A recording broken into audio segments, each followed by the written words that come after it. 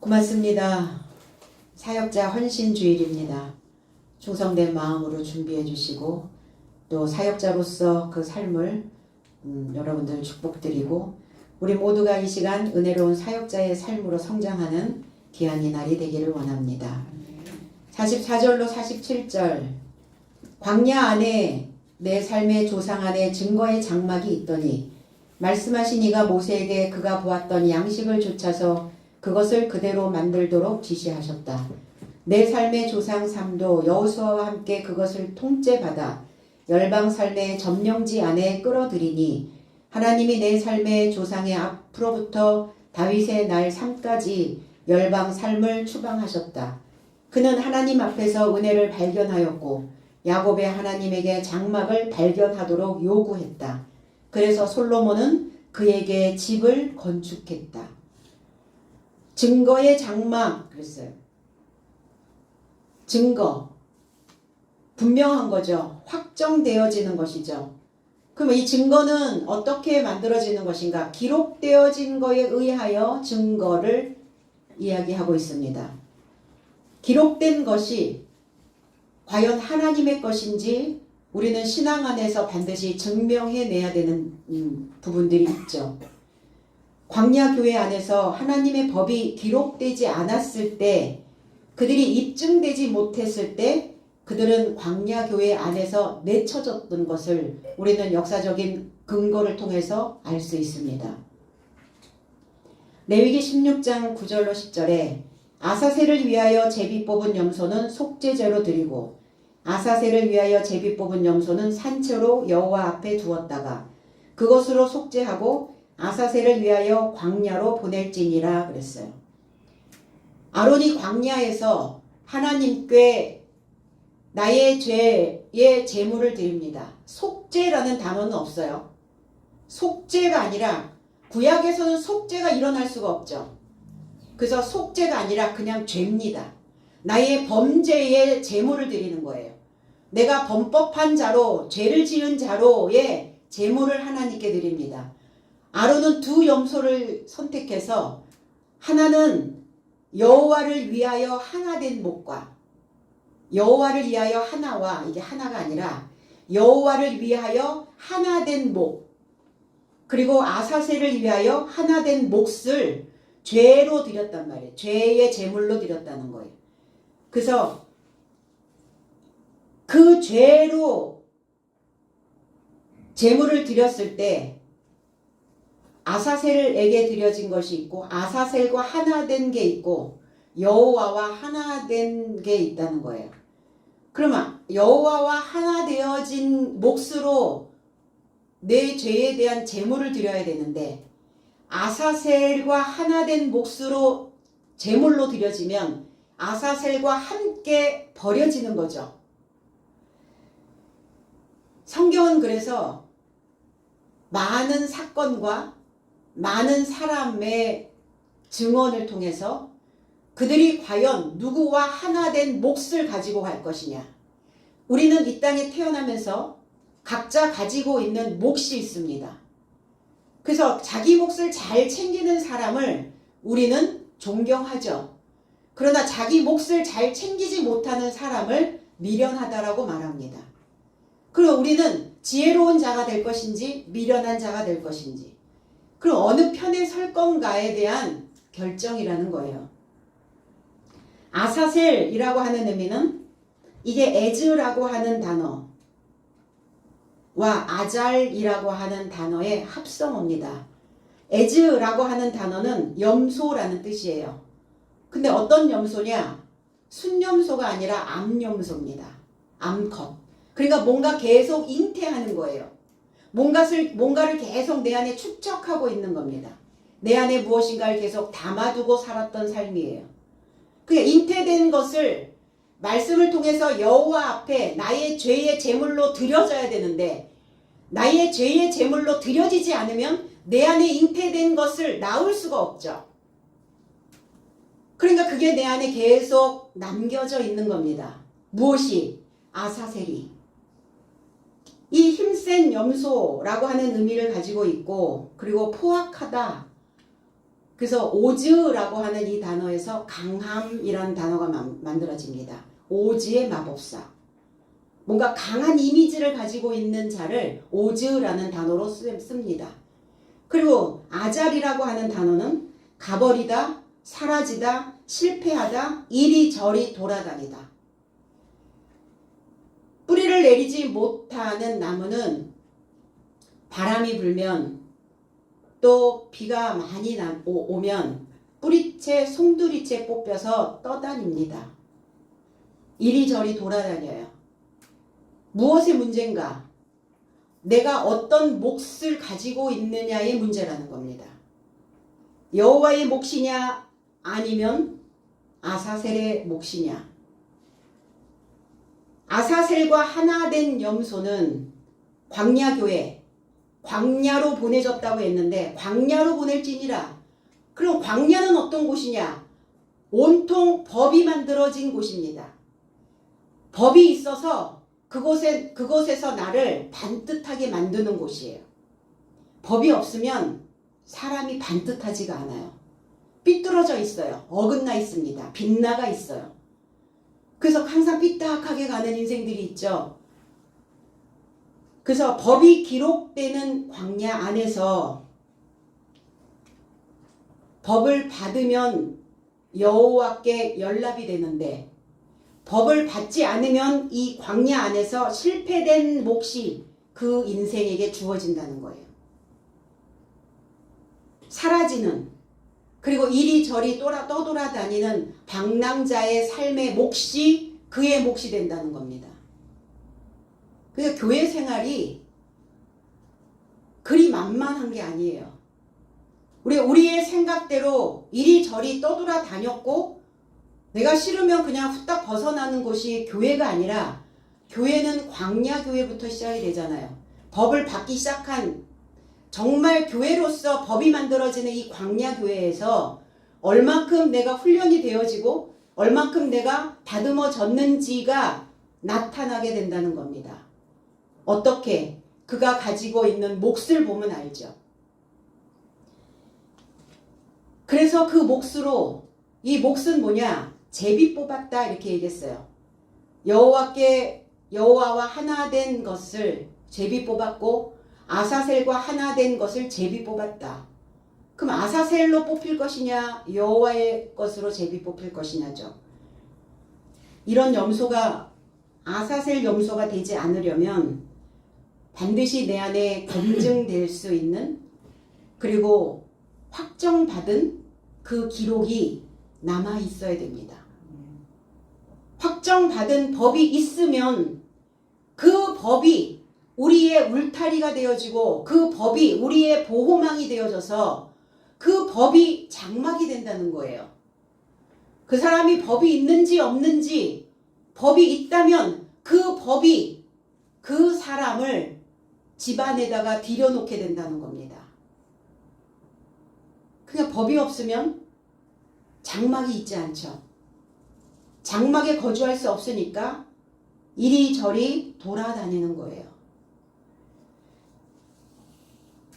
그래서 장막이라고 하는 것은 거처죠. 내가 거해야 되는 곳, 내가 머물러 있어야 되는 곳. 히브리어로 가면 이게 오헬이라고 하는 단어입니다. 덮개. 그러면 장막은 이리저리 여기저기가 아니라 지정된 자리에 막을 치는 것을 장막이라고 합니다. 지정된 곳, 내가 있어야 할 곳. 그럼 오늘 사역자 헌신 예배인데 사역자들은 하나님으로부터 지정된 곳을 부여받은 겁니다. 내가 있어야 할 곳, 내가 머물러야 할 곳이 어딘지, 내 마음이 그곳에, 그 지정된 곳에 있지 않으면 아사셀 됩니다. 그러니까 우리는 어떤 힘을 모을 때 젖먹던 힘 이렇게 얘기하죠. 우리가 신앙생활 안에서 하나님으로부터 받았던, 그리고 내가 신앙생활의 초기에 하나님으로부터 부여받았던 그 모든 힘을, 젖먹던 힘을 다 동원하여 지정된 자리에 있어야 된다는 겁니다. 그래서 우리 모두가 다 하나님의 지정된 사람으로 그 자리에 있어야 분명하게, 선명하게, 그리고 그 인생이 빛이 되어질 수 있다는 거예요. 그 떠돌아다니는 사람들이 빛이 될 수는 없죠. 빛이 왜 빛인가? 지정된 자리에 있다는 겁니다. 그래서 하나님의 그 식량으로 빛이 되어져 있는 자는, 그 안에 빛이 있는 자는 하나님의 식량으로 잘 구워지는 빵이 되어질 수 있어요. 양식이 되어질 수 있습니다. 빵이 구워지는 그 과정을 보면 그 어둡고 뜨거운 오븐 속으로 들어가야 되잖아요. 틀입니다. 그 틀 안에. 그래서 충분한 시간 동안 그 안에 있어야 하고, 너무 빨리, 너무 급해서 빨리 그 오븐을 열면 부풀어 오르던 그 빵이 폭삭 꺼져버려요.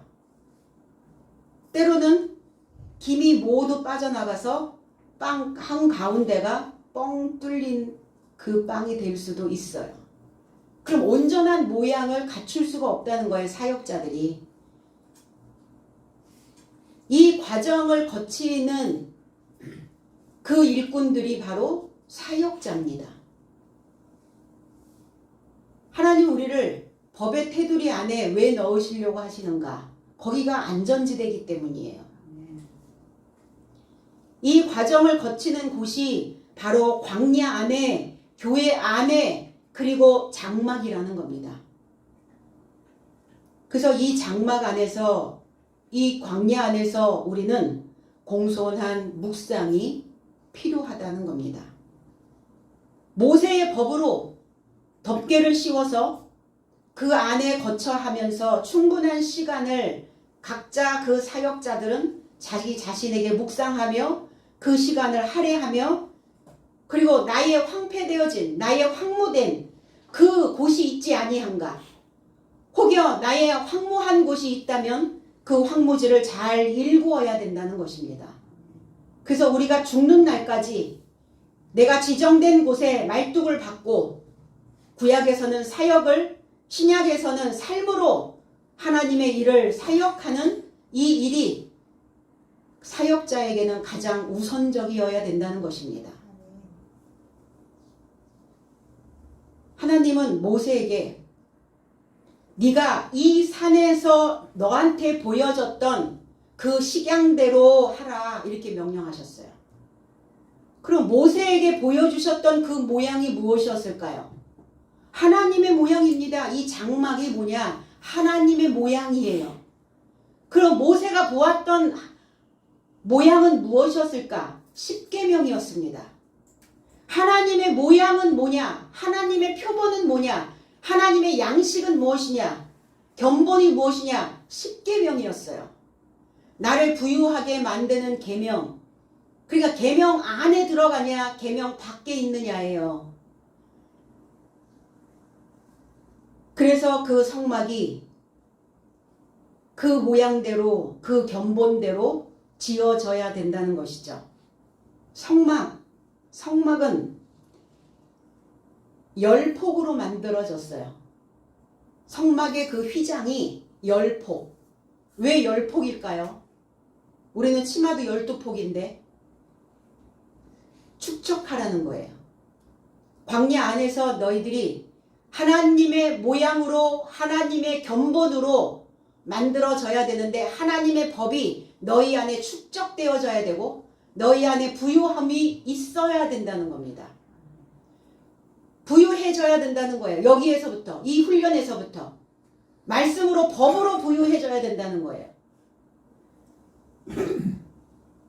그리고 모세가 만들어 놓은 그 성막은 붉게 물들인 순양, 붉은 물들인 순양의 가죽으로, 이 붉다라고 하는, 붉게 물들인이라고 하는 의미가 아담으로부터 나온 이란 뜻이에요. 아담이란 뜻입니다. 아담. 아담이란 뜻은 붉다라는 뜻이에요. 담이라고 하는 단어에 피라는 단어가 섞여 있기 때문에. 그러면 아담으로부터 나온 순양의 가죽, 순양은 힘센 것, 우두머리.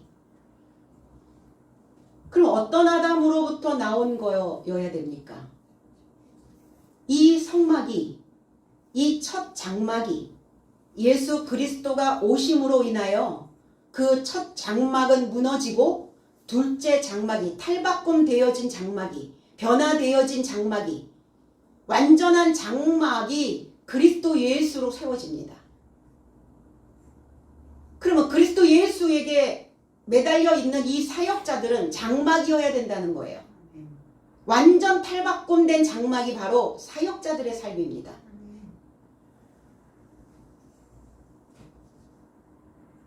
그래서 아담으로부터 나온 힘센 그 머리가 되어진 그 가죽으로, 이 가죽은 하와가 입었던 가죽 옷과 같은 거예요. 벗겨져야 되는 거죠. 그리고 구약에서는 모형이기 때문에, 모형, 이게 실제가 아니거든요. 견본이거든요. 견본. 모델하우스, 그거 보고 이렇게 짓겠다 이렇게 하는 거잖아요. 많은 사람들이 모델하우스에 와서 그 모양을 보고 그 견본을 보고, 아, 내가 들어갈 집은 앞으로 이렇게 지어지겠구나 이거잖아요. 그래서 이제 그 가죽은 십자가 사건을 통해서 완전히 벗겨집니다. 말씀이 들어가면, 부유해진 말씀이 들어가면 벗겨지게 돼 있어요. 벗겨질 때 불이 붙겠죠. 맹맹한데 벗겨집니까? 그래서 팔팔 끓는 물에 팍 데쳐야 껍질이 확 벗겨진단 말이에요. 근데 내 안에 어떤 불을 축적해 놓았느냐예요. 어떤 열이 나느냐예요. 어떤 십이 내 안에 있느냐예요. 무엇으로 부유해져 있는 그 열을 가지고 있느냐예요. 그래서 벗겨져야 되는 그 가죽, 그것으로 덮었다고요. 구약에서는 덮게 덮어놨어요. 그냥 덮어놓고 왔어요. 덮어놓고 신앙생활 했고 덮어놓고 살았고, 신앙이 무엇인지, 믿음이 뭔지, 그리스도인의 삶이 무엇인지, 사역자는 어떤 길을 가야 하는지, 내가 사역자로서 발을 내딛는 순간 나는 어떠한 몸가짐을 가져야 하는지 몰랐다는 거예요. 그리고 해달의 가죽, 해달, 털을 가진 깨끗한 동물이라는 뜻이에요. 쪽제비과에 속하는 포유류입니다. 젖을먹이는 포유류. 그래서 이 해달은 지방층이 없어요. 두꺼운 지방층이 없어서 그 세포 하나에 촘촘하게 털이 다 덮여 있어요. 그래서 이게 모피로 완전 제일 우수한 제품을 만들어낼 수 있다. 사람들이 이렇게 이제 얘기를 합니다. 촘촘하게 박힌. 그러니까 몸이, 자기 몸을 보호할 수 있는 보온 장치가 완전히 그 몸에 장치되어져 있는 거예요.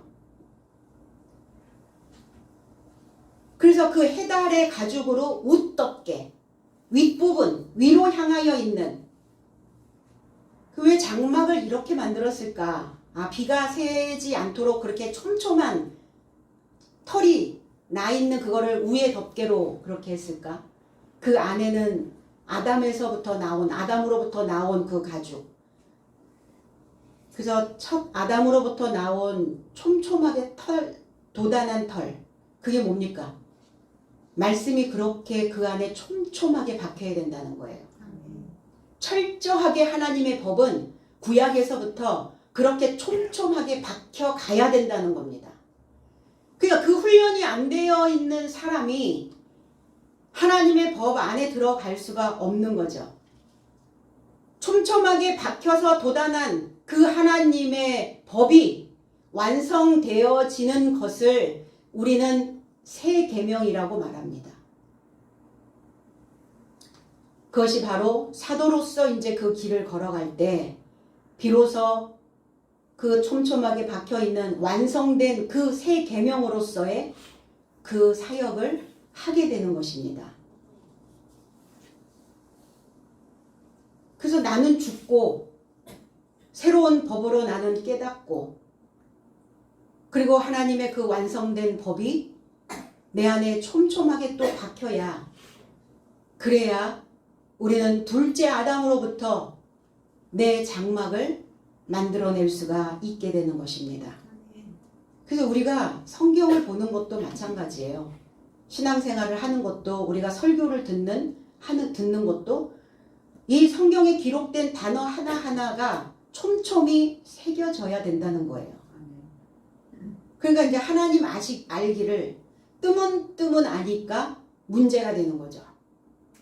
하나님의 법이 촘촘히 박혀 있어야 되는데 뜨문뜨문 알다 보니까 자기 멋대로 자기 식대로 견본을 만들었다는 거예요. 신앙이. 그러니까 자기 멋대로 자기 식대로 만들어진 그 견본은 광야에서 아사셀이 돼버린다는 거예요. 사라지는 거예요. 실패된 그 몫을 붙잡고 살게 되는 겁니다. 하나님의 장막이 돼서 하나님 안으로 들어가려면 겉껍질은 다 탈피가 되어져야 되고 내가 그동안 막연하게 알았던 하나님 그 허상적인 신앙이 이제 실체로 나의 피부에 와 닿을 수 있는 저와 여러분들의 삶의 실상으로 다시 만들어져야 된다는 것입니다. 우리의 생각 하나, 우리의 머리털 하나를 새신바되었다라는 게 뭡니까? 우리의 생각 속에, 우리의 두뇌 속에 촘촘히 박혀있는 그 털 하나하나가 과연 하나님의 법으로 되어져 있는지 아니면 나의 경험과 나의 상식으로, 나의 그 지식으로, 나의 몰상식으로 되어져 있는지를 비춰볼 수 있어야 된다는 겁니다. 이 장막이 모세가 만들어진 이 광야에서의 이 장막이 다윗까지 이어져 갑니다. 여호수아에서부터 다윗까지 그 장막이 존재하여 있었어요. 가나안에서 다윗은 성전을 짓기를 원했죠. 그러나 하나님은 다윗에게 그 성전 짓는 거를 원하지 않으셨어요. 그래서 솔로몬 때 비로소 그 성전을 건축하게 되죠. 그러면 증거 장막이 있으려면 내가 하나님의 장막이다, 하나님의 덮개다, 하나님의 법으로 내가 온전히 덮여 있다 라는 것을 증명하려면 언약궤가 있어야 돼요. 왜 장막인가? 왜 하나님의 집인가? 왜 하나님의 처소가 되는가? 언약궤가 있기 때문에 하나님의 장막이 되는 거예요. 그냥 모세가 여기저기 군데군데 천막 쳐놓고 여기가 다 장막이야 이렇게 하진 않았거든요. 언약궤가 있는 그 천막 안에만 여기가 장막이라고 그렇게 말했단 말이에요. 그럼 언약궤가 있어야 하나님의 법이 있어야 되는 거죠. 그래서 여호수아가 가나안을 들어갈 때 제사장들에게 이 언약궤를 어깨에 메고 건너가라 이렇게 명령을 합니다. 그래서 다윗의 날에 장막의 덮개는 제거되지 않았다. 그 날이 다섯째 날이에요. 다윗의 날까지. 사무엘하 7장 18절에 다윗 왕이 여호와 앞에 들어가 앉아서 가로되 주 여호와여 나는 누구 오며 내 집은 무엇이 간데 나로 여기까지 이르게 하셨나이까. 여호와 앞에 들어가 앉아서 여호와의 장막에 들어갔어. 하나님으로부터 그 장막 안에 들어가려면 그 교회 안에 들어간다는 것은 하나님께 승인을 받아야 되는 거예요. 나를 승인하셔서 그리고 내가 여기에 남겨져 있어서 그리고 나는 누구간데 나로 하여금 여기까지 이곳까지 이쪽으로 그래서 여기까지는 어디서부터 어디까지 범위가 아니라 이쪽으로 라는 방향성을 나타내는 단어입니다. 여기서부터 여기까지 요 범위 안에 여기까지가 아니라 이쪽으로 나를 이르게 하셨나이까? 어떻게 나를 이쪽에 있는 방향으로 오게 하셨습니까? 이렇게 다윗은 기도하고 있는 거예요. 나를 어떻게 이쪽으로 나를 확실하게 있게 하십니까? 그래서 다윗에게 하나님은 나의 집이 누구냐? 나의 집이 어딥니까? 나의 진정한 집이 무엇입니까? 나는 누군데 이쪽으로 나를 확실하게 이렇게 두셨습니까? 그래서 여호와께서 다윗에게 너의 기한이 다 차서 네가 조상들과 함께 잘 때에 너의 몸에서 날 자식을 너의 뒤에 세워서 그 나라를 경고케 할 것이다. 그렇게 말씀하셨고 그가 나의 이름을 위해서 집을 건축할 것이고 그 나라를 영원히 세울 것이다. 이렇게 다윗에게 말씀하신 바 있습니다. 그래서 46절에 보니까 다윗은 하나님 앞에서 은혜를 받고 그랬어요. 은혜는 받는 게 아닙니다. 은혜를 발견하는 겁니다. 은혜를 발견했고 야곱의 하나님에게서 그 장막을 준비케 하셨다고요. 그 장막을 준비하게 하셨다. 준비한다라는 것은 발견하게 하셨다. 또 은혜를 발견하여 야곱의 하나님에게서 그 장막을 발견하게 하셨다고요.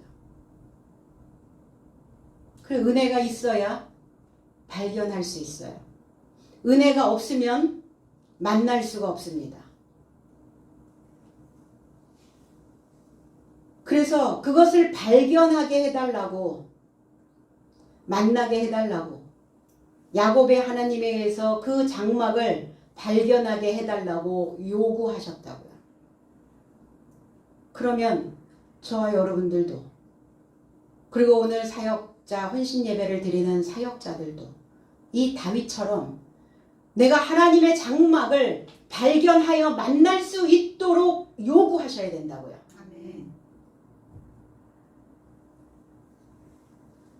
그래서 다윗의 절절함, 다윗의 끓는 그 심정을 그대로 다윗은 그렇게 시편에 기록을 해 놓았습니다.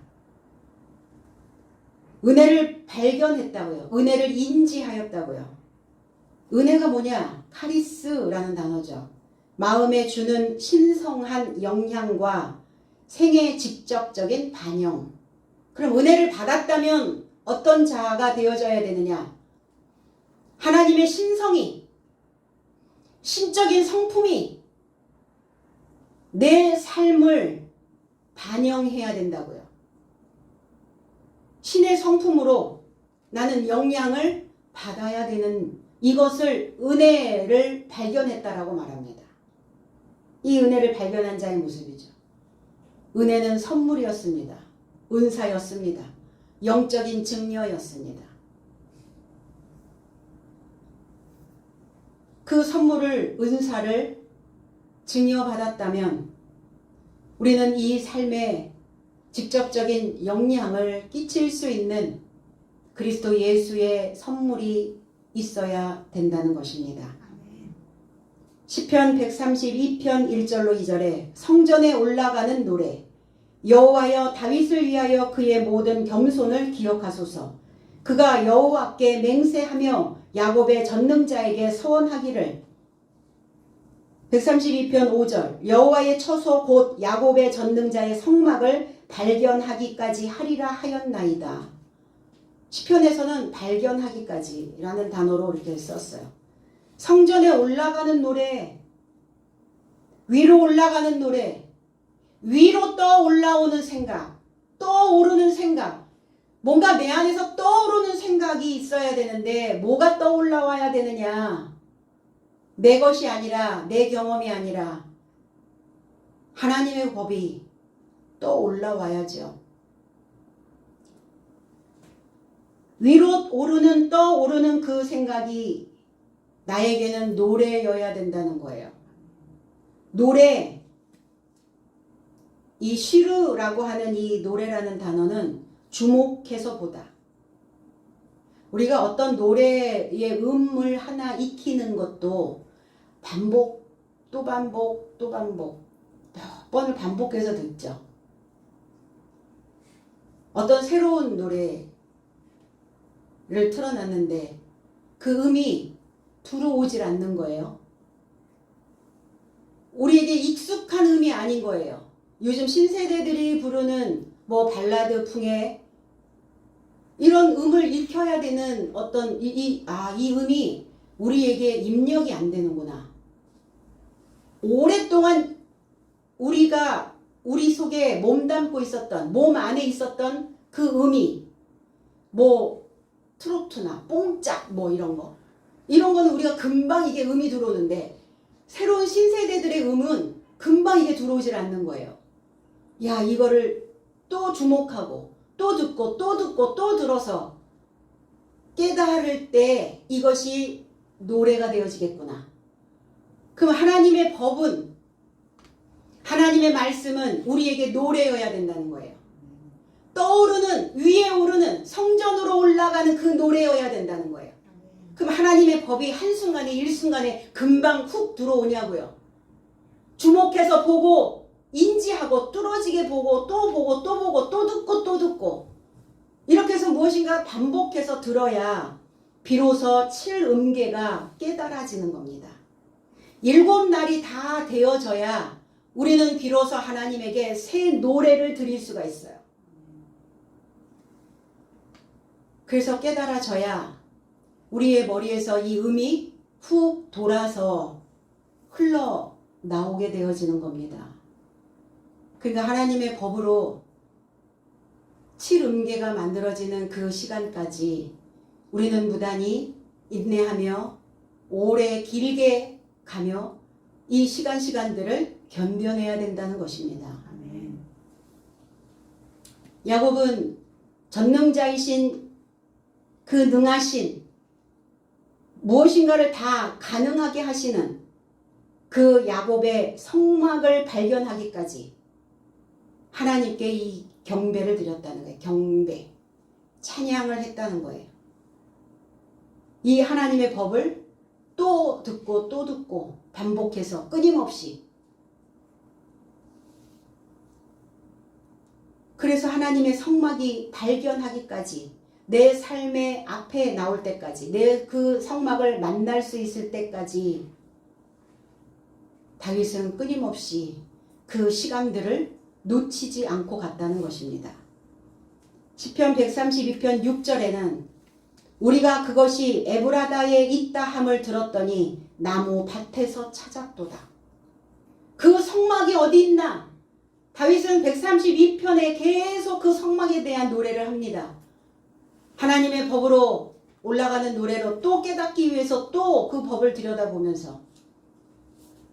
그런데 그것이 그 성막이 에브라다에 있다는 것을 들었대요. 그리고 그 성막을 나무밭에서 찾았답니다. 에브라다, 에프라트라는 단어예요. 열매를 많이 맺다, 결실하다 이런 의미예요.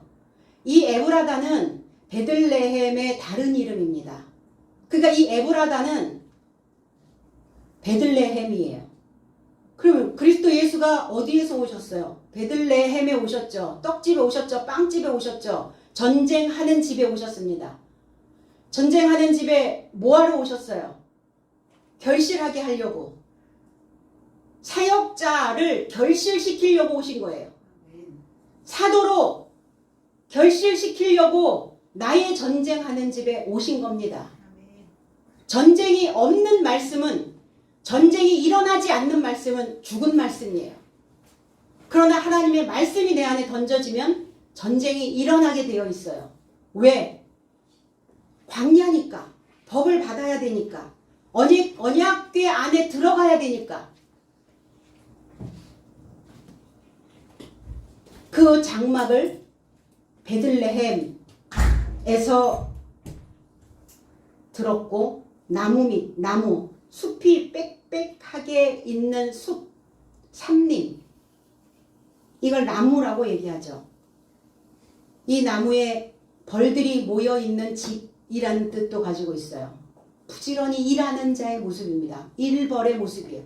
열심히 꽃값꽃을 수정해서 복음을 전하고 나팔을 불고 그리고 결실하기를 원하는 일벌들의 그 일하고 있는 그 나무 밭에서, 경작하고 있는 그 밭에서, 빛을 펼치고 있는 그 밭에서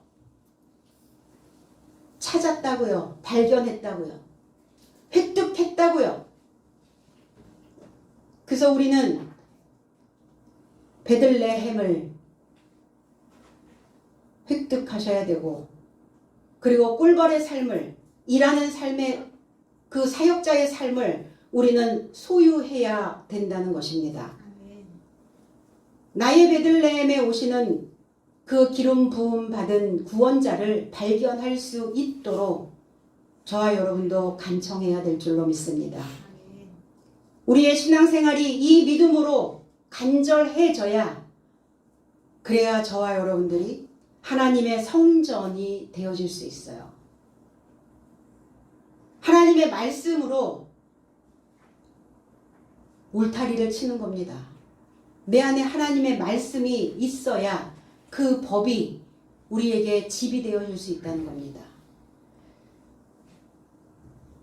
그 하나님의 성전으로 건축되어진 자에게, 그 다윗에게 주셨던 그 뿔을 주신다는 거예요. 다윗에게 뿔이 나게 하셔서 기름 부음 받은 자를 우리 위하여 등을 준비하시고, 여호와께서 시온을 택하셔서 자기 거처를 삼으신다고 말씀하셨거든요. 그 뿔은 돌출한 거죠. 돌출한 힘, 그리고 나 자신을 연마할 수 있는 힘. 사역자들은 뿔 나팔수예요. 뿔 나팔수. 그 힘, 그 능력, 나를 제어할 수 있는, 나를 연마할 수 있는 그 힘이, 그 힘이 우리에게는 뿔이 이렇게 도단하게 만든다는 거예요. 그러니까 그 뿔로 들이받으면 곤란하겠죠. 그 뿔이 도단하면 그 뿔을 꺾어서 그 뿔 나팔을 만드세요. 그리고 내가 이 길을 걸어가는 하나님의 장막이, 하나님의 성전이, 하나님의 사도가 되어지는 이 길이 이러했다라고 그렇게 나팔 부시면 되는 겁니다. 그 고난이 없이, 그 연습 없이 사역자로서의 은혜로운 사역을 감당할 수가 없겠죠. 그래서 그 뿔 나팔수로 사역하는 자 모두에게 하나님은 언약을 해주십니다. 그냥 부려먹지 않아요. 하나님 분명히 그 자손이 내 언약과 교훈하는 증거를 지키면 그 후손도, 그의 자손도, 그 인생 모두가 다 영원히 나의 보좌에 남아있게 하신다고 분명히 약속해 주셨다는 겁니다.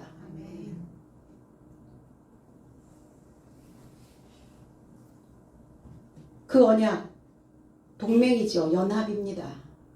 내가 하나님과 동맹하여 있는가, 하나님과 연합되어져 있는가. 하나님의 연합군이 되어져야지 적군이 되어지면 안 되죠. 그래서 그 교훈하는 증거를 갖게 되는 겁니다. 나에게 교훈이 들어오는데 그 교훈은 어떻게 들어오느냐. 뾰족한 막대기로 찌르다, 이런 뜻이에요. 교훈이라는 게. 교훈이 그냥 뭐 이렇게 소프트하게 뭐 달달하게 뭐 먹을만 꿀꺽꿀꺽 삼킬 수 있을 그렇게 들어오는 게 교훈이 아니라, 뾰족한 막대기로 나를 찌르는 것 같은 그 메시지로 들어온다는 거예요. 교훈이, 그 가르침이. 그러면 그 교훈이 그렇게 들어오면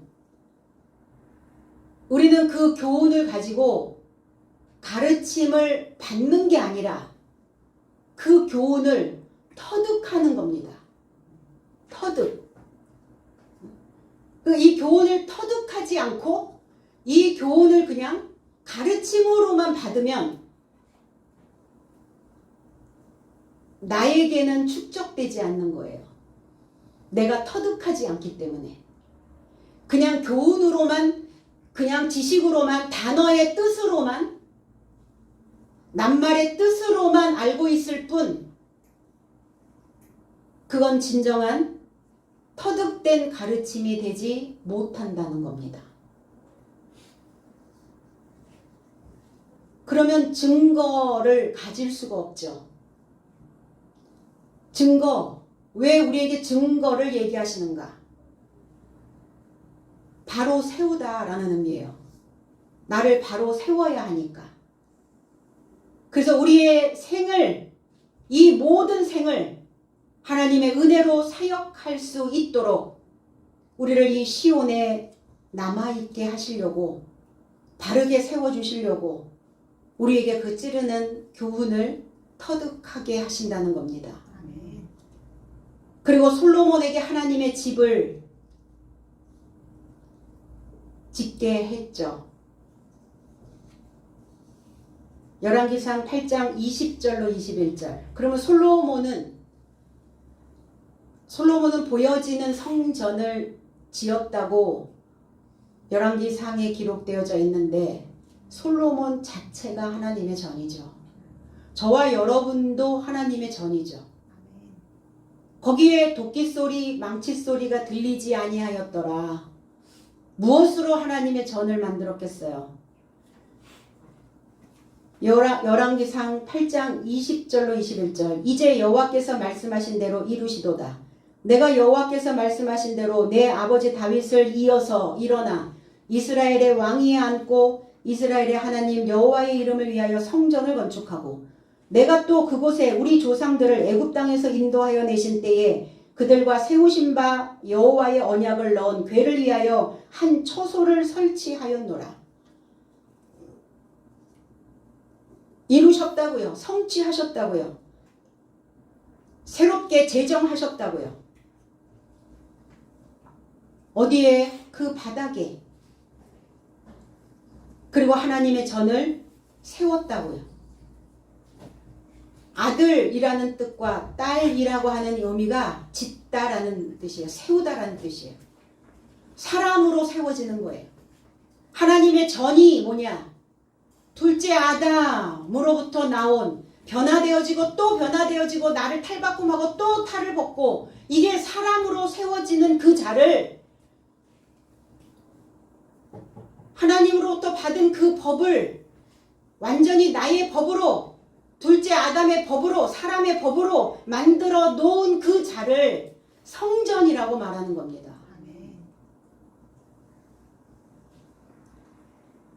무엇을 위하여? 그 언약궤를 위하여. 궤 뭐냐? 궤 상자입니다. 상자. 모으다, 꺾다라는 의미를 가지고 있어요. 그러니까 하나님의 언약궤 안에, 법궤 안에 들어가려면 내 뜻은 꺾여야 돼요. 내 생각이, 내 사고가 꺾이지 않으면 거기에 모이질 않습니다. 거기에 연합되어질 수가 없어요. 언약궤 안에 모아질 수가 없습니다. 그 한 처소를 만들기 위한 하나님의 거주해야 될 그 처소를 만들어내는 과정이에요. 이게 솔로몬의 성전은 내 몸과 마음의 상태, 그러니까 항상